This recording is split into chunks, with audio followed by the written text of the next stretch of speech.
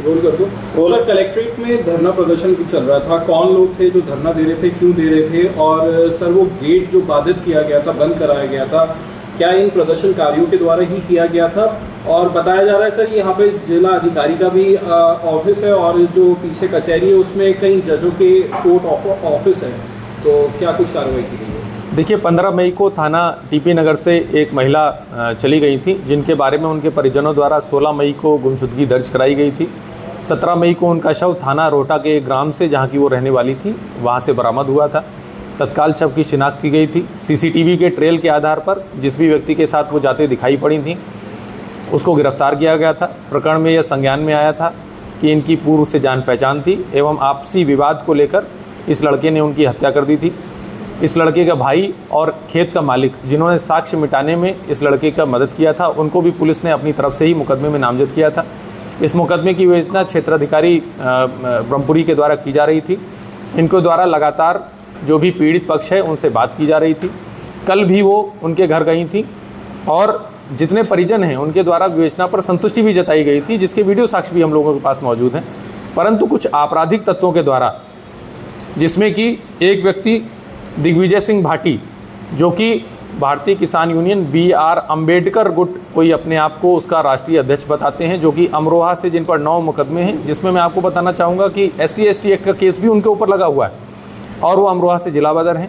उसके अलावा नोएडा के एक रवि गौतम, जिन पर 4 मुकदमों का आपराधिक इतिहास हमें मिल चुका है, अन्य की जानकारी की जा रही है। एक अन्य व्यक्ति जिस पर राष्ट्रीय सुरक्षा कानून के तहत भी कार्रवाई की जा चुकी है। ऐसे व्यक्तियों के द्वारा भोले भाले लड़कों को, जिसमें कई नाबालिग लड़के भी शामिल थे, जिनसे हमने जब बात की तो उन्हें प्रकरण का ABCD कुछ भी नहीं पता था कि क्यों हमें यहाँ पर बुलाया गया है, उनको भड़काकर पहले सभी लोग शांतिपूर्वक कमिश्नरी पार्क में बैठे हुए थे। सभी अधिकारियों द्वारा उनसे वार्ता की जा रही थी। उनसे ये भी कहा गया था कि जिसको भी ज्ञापन देना है या जो भी विवेचनात्मक बिंदु आप चाहते हैं वो हमें लिख के दे दीजिए। उस पर कुछ लोग राजी भी थे, लेकिन इन आपराधिक तत्वों के द्वारा उन्हें भड़काकर कलेक्ट्रेट के गेट के सामने रोड जाम की गई, जिससे आने जाने वाले लोगों का आवागमन बाधित हुआ। जितने अधिकारीगण हैं उनका आवागमन बाधित हुआ।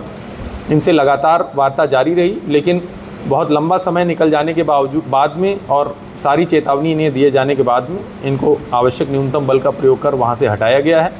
इस प्रकरण में जिन लोगों के द्वारा ये अराजकता फैलाई गई है और जिनका जिस प्रकार का आपराधिक इतिहास है, उनके विरुद्ध सम्यक धाराओं में थाना सिविल लाइन पर मुकदमा पंजीकृत किया जा रहा है। इस प्रकरण में अभी तक 5 लोग हम लोग की हिरासत में आ गए हैं। अन्य लोगों के लिए हमने टीम लगा दी है और इस प्रकार की अराजकता बिल्कुल भी बर्दाश्त नहीं की जाएगी। सर, आए दिन यहाँ पर इस तरह के धरने प्रदर्शन और गेट रोकना होता है, तो क्या कोई मैसेज देना चाहेंगे कि बिना मतलब में लोगों को भड़काया न जाए? देखिए, मेरा सिर्फ इतना कहना है कि यदि किसी को कोई समस्या है, हम लोग लगातार जन सुनवाई में बैठते हैं और सारे साक्ष्य जो भी चीज़ें हैं, यदि किसी सरकारी कार्मी की गलती सामने आती है तो उस पर भी मुकदमे पंजीकृत किए जाते हैं। लेकिन ये बात आपकी सही है कि थोड़ा सा इधर बीच कई लोगों के द्वारा इस प्रकार के कुछ प्रयास किए गए हैं। रोड जाम करने के मामलों में 4 मुकदमे अभी तक लिखे जा चुके हैं, ये 5वां मुकदमा लिखा जा रहा है। अनावश्यक लोगों को भड़काकर जो अराजक तत्व इस प्रकार की अराजकता फैलाने का प्रयास करेंगे, उनके खिलाफ निश्चित रूप से सख्त कार्रवाई की जाएगी। भोली भाली जनता और जो पीड़ित पक्ष है, हम लोग लगातार सी प्लान एप्लीकेशन के माध्यम से जनता से वार्ता करते हैं। उनके द्वारा हमेशा ये बताया जाता है कि जिसके घर में कोई कैजुअलिटी हो जाती है या कुछ हो जाता है, वो लोग इतना उसमें नहीं इन्वॉल्व होते हैं, लेकिन अन्य लोगों के द्वारा अराजकता फैलाने के लिए उनका प्रयोग किया जाता है। इस प्रकरण में भी घर वालों पर हम कोई कार्रवाई नहीं कर रहे हैं।